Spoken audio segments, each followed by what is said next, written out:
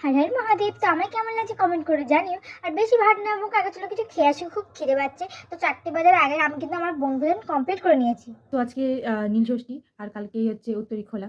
তো খুব তাড়াতাড়ি কটা দিন চলে গেল। তো আজ সকালে তেমন কিছু নেই। যা হবে সন্ধ্যের সময় হবে। তোমাদেরকে দেখাতে থাকবো, পাশে থাকবো। তো আমার এই পুজোর ভিডিও তোমাদের কেমন লাগছে কমেন্ট করে জানিও। আর ভিডিও ভালো লাগলে লাইক কমেন্ট শেয়ার সাবস্ক্রাইব করতে কিন্তু ভুলো না। তো সন্ধ্যার সময় আমি পুজো দিতে বেরিয়ে গেছি ধূপ প্রদীপ আর মোমবাতি নিয়ে। তো প্রত্যেকটা জায়গায় আমি দেখতে পাচ্ছি পুজো দিচ্ছি কি সুন্দরভাবে। তো এখানে আমার পুজো দেওয়া কমপ্লিট হয়ে গেছে, আর পুজোর শেষে নতুন একটা কিন্তু টুইস্ট আছে। তো কেমন লাগলো, লাগলো না হেভি? তো এখানে দেখতে পাচ্ছ অনেক লাইন আছে, আর আমার লাইনে দাঁড়িয়ে আছে ফল পইতে দেবো বলে।